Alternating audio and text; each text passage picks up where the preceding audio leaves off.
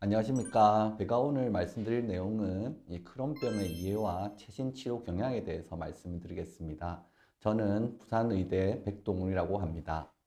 오늘 말씀드릴 내용은 이제 크게 궤양성 대장염과 크론병으로 대변되는 염증성 장질환에 대해서 간단히 알아보고, 크론병 환자의 증상에 대해서 알아본 후 크론병 환자의 치료 목표가 무엇인지 알아보고 마지막으로 최신 약제를 소개하는 형식으로 말씀을 드리겠습니다. 먼저 염증성 장질환의 정의에 대해서 알아보겠습니다. 대부분의 흡수는 소장에서 이루어지고 소장의 길이는 보통 6에서 8m 정도로 알려져 있습니다. 대장은 소장에서 흡수되고 나머지 잔여물들을 저장하고 대변으로 배출하는 역할을 하고, 대장의 길이는 0.8에서 한 1.5m 되는 것으로 알려져 있습니다. 염증성 장질환의 정의에 대해서 알아보면 말 그대로 장에 염증이 생기는 질환입니다. 이런 질환은 만성적이고 반복적이어서 환자가 불편을 겪게 되는데, 불행히도 원인을 모르는 것이 특징이라고 할 수가 있는데, 그래서 혈압, 당뇨도 원인을 확실히 모르기 때문에 지속적인 치료를 하듯이 염증성 장질환도 지속적인 치료가 필요한 질환입니다. 염증성 장질환은 크게 궤양성 대장염과 크론병으로 분류를 할 수 있습니다. 그러면 각각의 특징에 대해서 간단히 알아보도록 하겠습니다. 염증성 장질환은 불행하게도 우리나라에서도 꾸준히 그 유병률이 증가되고 있고, 2019년 통계에서는 궤양성 대장염은 약 3만 명 정도, 크론병은 약 2만 명 정도로 알려져 있고, 최근 10년 동안 한 2배 이상이 증가되었습니다. 사실 염증성 질환이 왜 생기는가에 대해서 환자들이 많이 물어보십니다. 하지만 아직까지 정확한 원인이 밝혀지지는 않았고, 유전적인 요인, 환경적인 요인, 장내의 미생물의 변화, 면역 반응의 이상 등으로 매우 복합적으로 일어나기 때문에 아직 정확한 하나의 원인이 모르기 때문에 여러 다양한 치료가 이루어지고 있는 현실입니다. 먼저 궤양성 대장염에 대해서 알아보면, 궤양성 대장염이라는 것도 말 그대로 대장에 궤양이 생기는 질환으로 말을 할 수가 있습니다. 대장의 점막 또는 점막 하층에 염증이 생기고, 그 염증은 직장에서부터 근입으로 올라가는 것을 특징으로 하고, 앞서 말씀드린 대로 원인은 알려져 있지 않습니다. 환자의 주증상으로는 혈변이 나오고 설사가 하고 배가 아프고 대변의 결박증을 호소하는 것이 특징이라고 할 수가 있겠습니다. 매우 심한 경우에 전신 증상인 열이 날 수가 있습니다. 궤양성 대장염을 분류를 하게 하는데, 이 분류하는 이유는 환자의 치료 방법이 약간 다르고 환자의 예후도 다르기 때문에 치료 방법과 예후를 예측하기 위해서 분류를 합니다. 크게 세 가지로 분류를 하고, 직장염, 좌측 대장염, 전체 대장을 침범하는 광범위 대장염으로 분류를 하고, 이 중에서 예후가 가장 나쁜 것은 전체 대장을 침범하는 광범위 대장염이라 할 수가 있겠습니다. 두 번째로 오늘의 주제인 크론병에 대해서 알아보면, 크론병이라는 것은 크론이라는 닥터의 이름을 딴 질환이고, 구강에서 항문까지 위장관 전체에 생기는 궤양성 질환이라고 할 수가 있겠습니다. 원인은 불행히도 알려져 있지 않고, 크론병의 주증상은 복통, 설사, 체중 감소이고, 많이 심해지면 전신 쇠약감이라든지 식욕부진이 생기게 됩니다. 크론병은 우리가 맹장과 그다음 해장부라고 해서 소장의 말단 부위에 염증이 가장 잘 생기는 곳으로 되어 있습니다. 하지만 앞서 말씀드린 대로 항문에서부터 식도, 구강까지 모든 위장관에 생길 수 있기 때문에 궤양성 대장염보다는 치료가 어렵고 예후도 안 좋은 것으로 알려져 있습니다. 궤양성 대장염은 대장에서만 궤양이 생기기 때문에 앞서 말씀드린 대로 소화관의 해부학적 구조에 따라서 소장에 영향이 없기 때문에 궤양성 대장염 환자들은 주로 체중 감소가 없습니다. 하지만 크론병은 소장에 궤양이 생기고 흡수 장애가 일어나기 때문에 체중 감소가 특징이라고 할 수가 있겠습니다. 크론병도 궤양성 대장염과 같이 세 가지로 분류를 하는데, 이 또한 환자의 치료 방법 및 예후 예측이 다르기 때문에 세 가지로 분류를 합니다. 첫째는 횡행부에 국한된 크론병을 L1이라고 하고, 대장에만 국한된 크론병을 L2, 그 다음 대장과 소장 전부 침범한 경우를 L3로 분류를 하고, 질병 형태에 따라서 장에 염증만 있는 경우를 B1, 장에 염증이 심해져서 협착이 생기는 경우를 B2, 장이 구멍이 날 정도로 매우 깊은 궤양이 생겨서 관통이 생기면 관통형 크론병이라고 해서 B3로 분류를 하고 있습니다. 당연히 유동형, 관통형 크론병에서는 매우 예후가 안 좋은 것으로 알려져 있습니다. 이 표는 궤양성 대장염과 크론병을 비교한 표이고, 간단히 말씀드리면 궤양성 대장염은 환자가 피가 나서 병원에 오게 되고, 크론병은 체중 감소하고 복통으로 보통 병원을 내원하게 됩니다. 출혈은 궤양성 대장염에서 주로 있고, 크론병에서는 매우 심한 경우를 제외하고는 드물게 나타납니다. 앞서 말씀드린 대로 흡수 장애가 일어나는 것은 크론병이기 때문에 체중 감소가 크론병에서 일어나고, 궤양성 대장염의 경우에서는 체중 감소가 흔히 일어나지 않습니다. 내시경 소견은 궤양성 대장염은 조금 얕은 궤양을 특징으로 하고 연속적으로 균일하게 분포하는 것을 특징으로 하고 있습니다. 크론병의 경우에서는 협착과 누공이 흔한데, 그 이유는 궤양이 매우 깊어서 이런 합병증이 발생을 하게 됩니다. 방사선 소견은 궤양성 대장염의 경우에서는 대장에만 침범을 하는 염증을 보이고, 크론병은 앞서 말씀드린 대로 소장, 대장의 모든 염증이 변화가 일어나서 방사선학적 소견이 이상이 보일 수가 있습니다. 다음으로는 크론병 환자의 주요 증상 및 환자가 겪는 어려움에 대해서 말씀을 드리겠습니다. 크론병, 궤양성 대장염 모두 매년 우리나라에서는 유병률이 증가하고 있습니다. 불행히도 크론병에 이제 발생되는 나이대가 매우 젊고 활동적일 때 많이 발생되는 것으로 알려져 있습니다. 보통 10대에서 20대 사이에 가장 많이 진단이 되는 것으로 알려져 있고, 오른쪽 표에서와 같이 유병률 환자도 10대, 20대가 가장 많은 부분을 차지하고 있습니다. 한국에서 크론병 환자는 서양에서 크론병 환자와 약간 틀린 특징을 가지고 있는데, 하나씩 알아보면 우리나라에서는 남자에서 조금 더 흔한 것으로 알려져 있고, 대부분 환자에서 소장을 침범하는 것으로 알려져 있습니다. 또한 상부위장관이라고 해서 위와 십이지장, 식도까지도 침범하는 경우가 흔하고, 치루가 흔한 것이 가장 큰 특징이라고 할 수가 있겠습니다. 50% 환자에서 치루가 있는 것으로 알려져 있고, 보통 병원에 내원하는 경우에 대부분 치지 수술을 해서 오는 경우가 많습니다. 그리고 마지막으로 해외 다른 서양과 비교했을 때 연관 유전자가 다른 것으로 알려져 있습니다. 크론병의 3대 증상을 요약해 보면 복통, 설사, 체중 감소이고, 그 이후에 질병이 심해지면 전신적인 증상인 나른함이 생길 수도 있고 발열이 생길 수도 있으며, 항문에 염증이 심해지면 항문 통증이 생길 수도 있습니다. 크론병은 장 이외에도 다양한 질환을 나타내는데, 그것을 장외 증상이라고 하고, 장외 증상으로는 관절 증상, 피부 증상, 눈 증상, 간담도, 신장 증상들이 생길 수가 있습니다.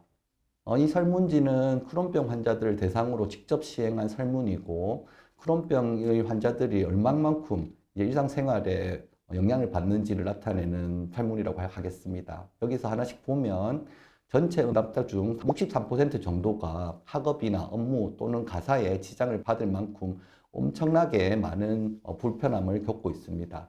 그리고 50% 정도, 반수 이상이 3번 이상의 결석과 휴가를 하고, 대부분 10대, 20대이기 때문에 이때는 가장 액티브하게 활동을 하는데, 학교도 잘 못 가고 병원에 가야 되기 때문에 직장에 출근도 못하는 경우가 허다합니다. 사실 우리나라 인식에서는 아프다는 것을 다른 사람에게 알리기를 좀 꺼려 하는데, 한 3분의 1 환자에서는 내가 병이 있다는 것도 알리지 못할 만큼 환자들이 고통을 받고 있습니다.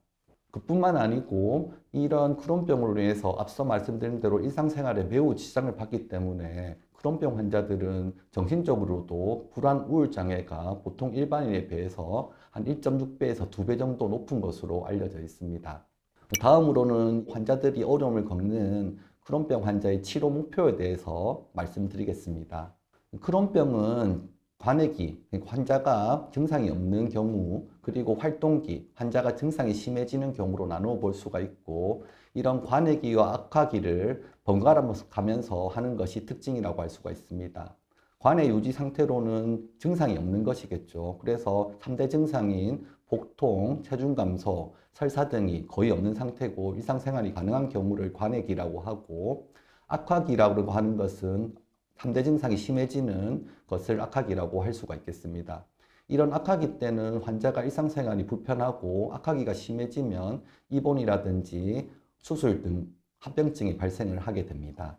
즉, 처음에는 증상이 없더라고 하더라도 이렇게 악화기가 자주 반복이 되고 증상이 악화되면 왼쪽 대장 내시경은 정상 대장 내시경인데 이런 정상 대장이 오른쪽 대장과 같이 궤양이 생기고 피가 나고 염증이 매우 심해지는 경우가 생기게 됩니다.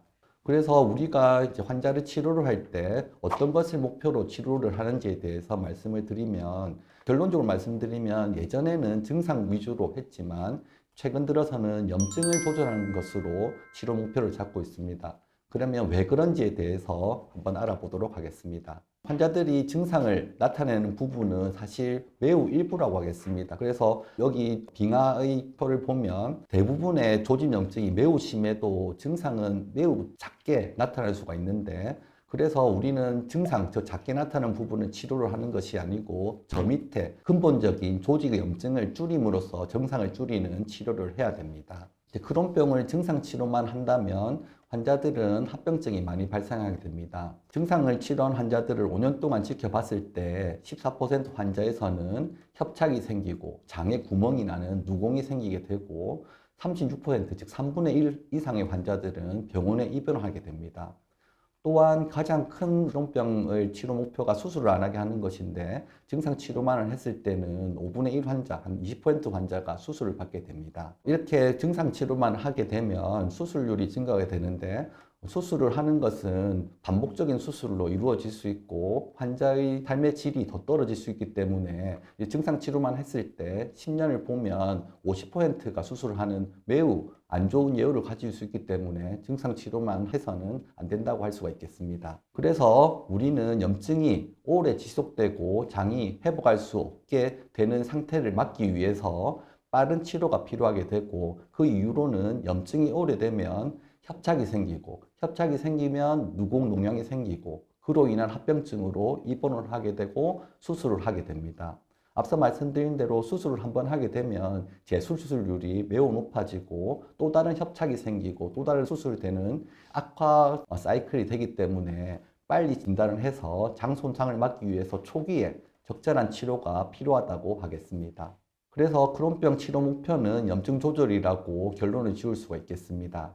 그러면 우리 의사들이 염증 조절을 하는 목표를 가지고 치료를 하게 되는데, 그런 검사법에 대해서 알아보면 첫 번째로 내시경 검사를 통해서 염증 상태를 알 수가 있고, 두 번째로 혈액이나 변을 통해서 염증을 알아볼 수가 있고, 마지막으로 영상 검사를 통해서 염증 상태를 알 수가 있습니다. 염증에 대해서 검사하는 방법으로 내시경 검사에 대해서 알아보면 실제로 크론병 환자의 내시경 사진이고 매우 염증이 심한 것을 알 수가 있습니다. 이런 환자들을 조기에 발견해서 빨리 치료를 하면 다음과 같은 매우 깨끗한 장을 이루는 것이 우리의 의사들의 목표라고 할 수가 있겠습니다. 이렇게 염증을 조절을 해서 깨끗한 대장 내시경, 즉 점막을 치유시키는 게 중요한데, 그 이후로는 점막을 치유했을 때와 안았을 때를 비교했을 때 점막이 치유된 경우가 근본적으로 수술률을 줄이고 환자의 삶의 질이 좋아지기 때문입니다. 따라서 우리 크론병의 치료 목표의 가장 큰 목표는 점막 치유라고 할 수가 있겠습니다. 점막 치유가 좋은 점을 정리해 보면 좋은 장기 예후를 획득할 수가 있고, 합병증인 협착, 누공, 농양을 감소시킬 수가 있고, 이런 것들을 통해서 가장 큰 목표인 수술률을 줄이고 입원율을 줄이고 종양 발생을 감소시키는 것을 이룰 수 있기 때문에 크론병의 치료 목표에서는 점막 치유가 가장 중요하다고 할 수가 있겠습니다. 우리가 크론병 환자에서 내시경을 지속적으로 할 수 없기 때문에 내시경을 대체할 수 있는 검사로 분변검사와 혈액검사가 있겠습니다. 분변검사는 크론병의 진단 및 치료 결정, 추적 감시에 사용되는 것이고, 임상적 관해 및 내시경적 관해를 예측하는 매우 좋은 검사라고 할 수가 있겠습니다. 또한 재발을 알 수가 있고, 수술한 환자에서는 수술 후 재발을 예측할 수 있는 검사입니다. 보통 정상 수치는 50이지만 크론병 환자에서는 250을 목표로 삼고 있습니다. 250보다 수치가 낮은 경우에서는 점막 치유를 대변을 할 수가 있고 호전이 되었다고 예측을 할 수가 있겠습니다. 하지만 250 이상인 경우에는 점막에 염증이 심하고 내시경으로 직접 확인했을 때도 궤양이라든지 염증이 심한 것을 확인할 수가 있겠습니다.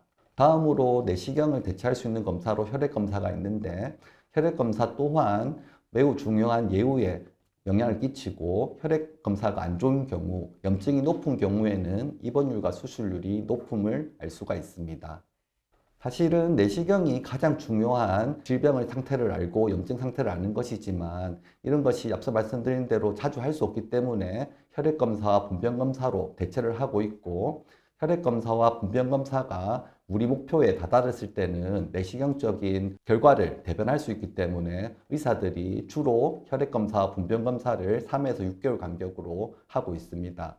혈액검사와 분변검사가 우리 목표에 다다랐을 때는 내시경을 하지 않아도 보통 내시경 호전율을 80% 정도까지 예측을 할 수가 있습니다.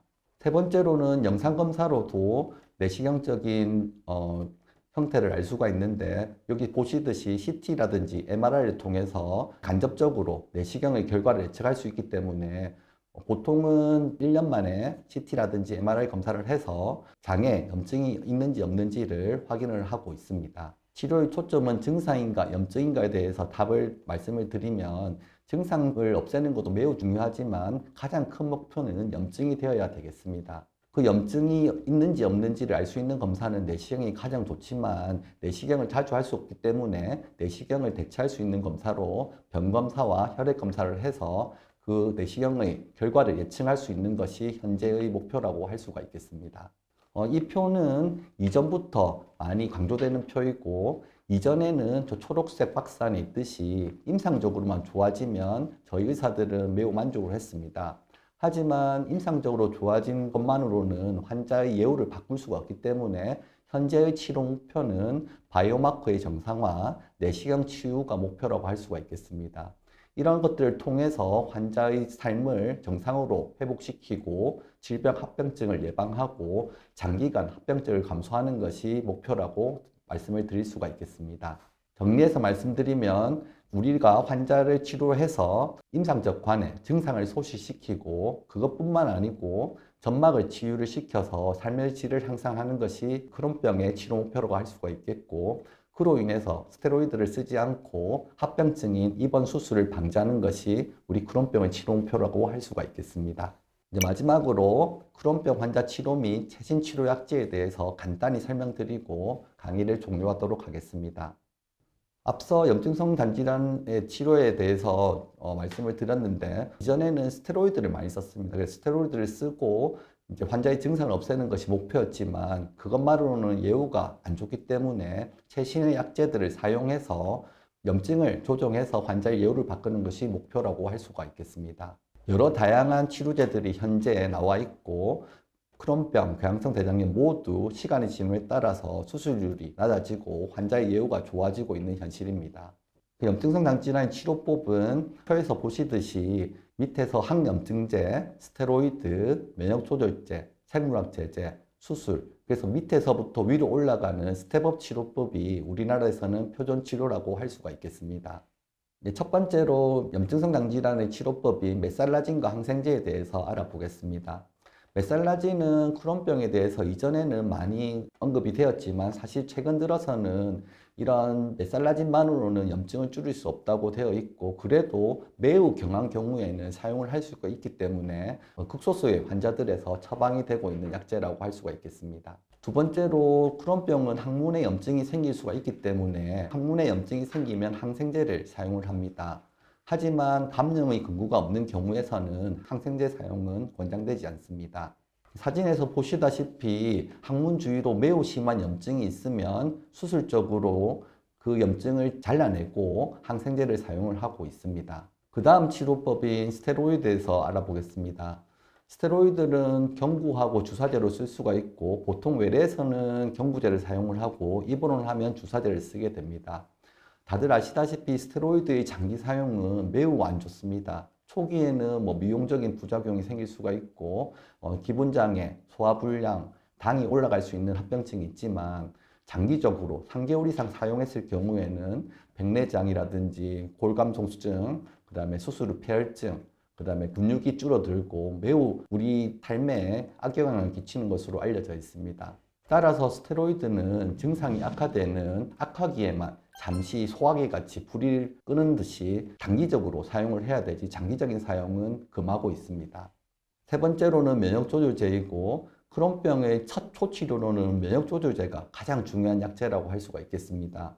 대부분 환자들이 면역을 조절하면 안 좋다고 알고 있으나 크론병의 발생 기전 중에 면역 이상이 있기 때문에 이런 면역 조절제를 써서 정상 면역으로 올리는 것이 의사들의 목표라고 할 수가 있겠고, 대부분 면역 조절제들은 안정한 것으로 알려져 있습니다. 따라서 면역 조절제를 처방한다고 해도 거부하지 마시고 이런 약제들을 통해서 염증을 줄일 수 있다는 것을 알고 계시고 꼭 복용을 잘 하셔야 되겠습니다. 이렇게 스테로이드와 면역 조절을 쓰고도 환자들이 질병이 컨트롤되지 않는 경우가 있습니다. 그럴 경우에는 생물학적 제제 및 소분자 제제를 사용하는데, 우리나라의 보험 기준에서도 면역 조절제와 스테로이드 등을 사용함에도 불구하고 치료가 안 됐을 경우에 저는 생물학적 제제 및 소분자 제제를 쓰라고 허가를 하고 있습니다.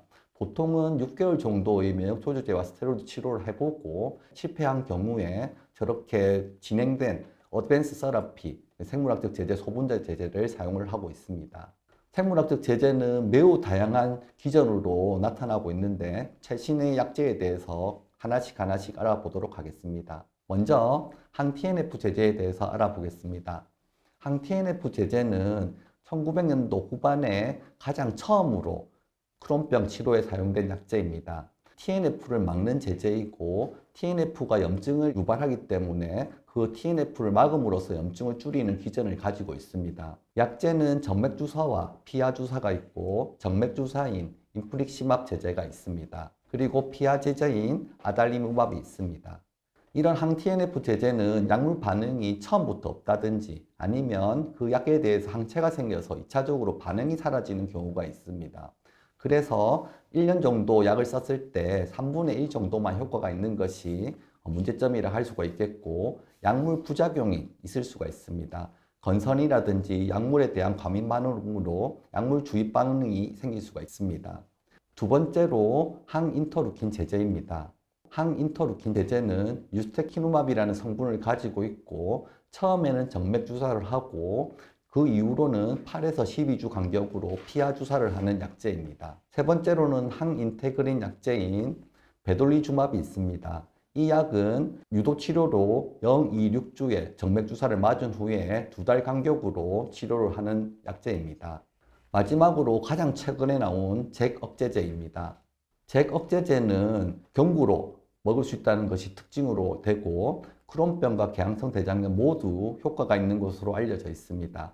가장 최근에 나왔고 메타 분석이라고 해서 약물의 효과를 나타내는 표가 있는데 그 중에서도 가장 효과가 있는 약으로, 가장 강력한 약으로 알려져 있습니다. 누파다시티닙 잭 이니비터는 심혈관 질환의 위험이 있다든지 65세 이상인 환자에서는 사용에 있어서 주의를 해야 됩니다. 크론병 치료의 약물요법을 정리해 드리면 항염증제인 5-아사, 메살라민 제제입니다. 그리고 스테로이드 제제가 있을 수가 있겠고 면역조절제, 이 세 가지가 기본적인 초치료입니다. 이런 초치료를 6개월에서 1년 정도 한 후에 반응이 없거나 질병이 악화되는 경우에서는 생물학적 제제 및 소분자 제제를 사용할 수가 있겠습니다. 앞서 말씀드린 내용은 좀 복잡할 수가 있겠지만 장연구학회라고 해서 크론병과 개항성 대장염을 연구하는 학회가 있는데 여기서 가이드북을 발행했습니다. 구글에 염증성 장질환 가이드북을 치면 다음과 같은 세 가지를 클릭을 하면 볼 수가 있기 때문에 많은 약제에 대해서 쉽게 접근을 할 수가 있겠습니다. 마지막으로 수술입니다.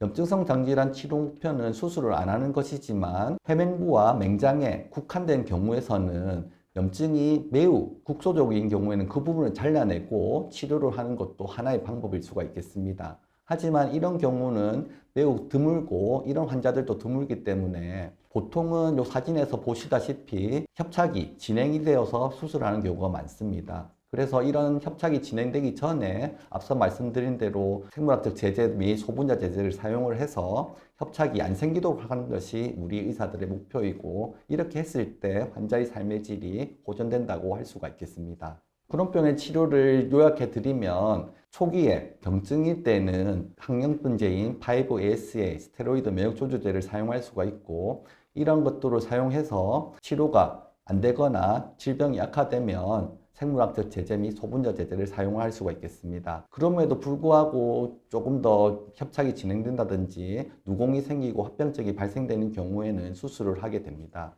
생물학적 제제 및 소분자 제제를 조금 더 빨리 조기에 써야 되는 경우들이 많은데, 여러 가지 경우가 있겠지만 정리해서 말씀을 드리면 환자의 질병이 매우 심하거나 삶의 질이 매우 떨어질 경우에 이런 생물학적 제제 및 소분자 제제를 빨리 사용하는 것이 환자의 예후를 좋게 할 수가 있겠습니다.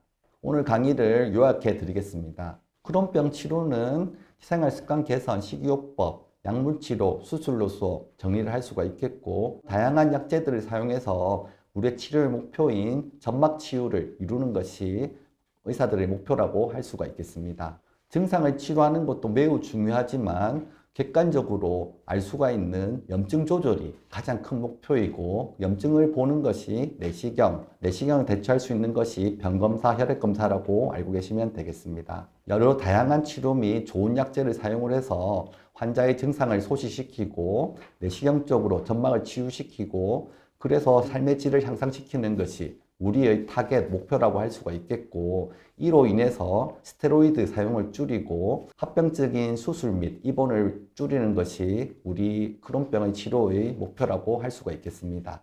그렇게 함으로써 지속적으로 치료를 열심히 해서 장관 합병증을 예방을 하고 입원율을 감소시키고 수술률을 감소시키는 것이 크론병 치료의 목표이고, 최근 들어서는 매우 좋은 약제들이 많이 나와 있기 때문에 크론병으로 고생하는 환자들도 충분히 좋아질 수가 있고 일상생활을 영위할 수 있기 때문에 주치의선생님들과 함께 많은 토론과 상의를 해서 좋은 약제를 선택해서 예후를 향상시키는 것이 우리의 목표라고 할 수 있겠고, 환자들도 너무 스트레스 받지 마시고 치료를 하면 언제든지 정상적으로 돌아갈 수 있기 때문에 항상 치료를 적극적으로 하고, 항상 의사쌤들과 궁금한 것이 있으면 상의를 하는 것이 매우 중요하다고 하겠습니다. 경청해 주셔서 감사합니다.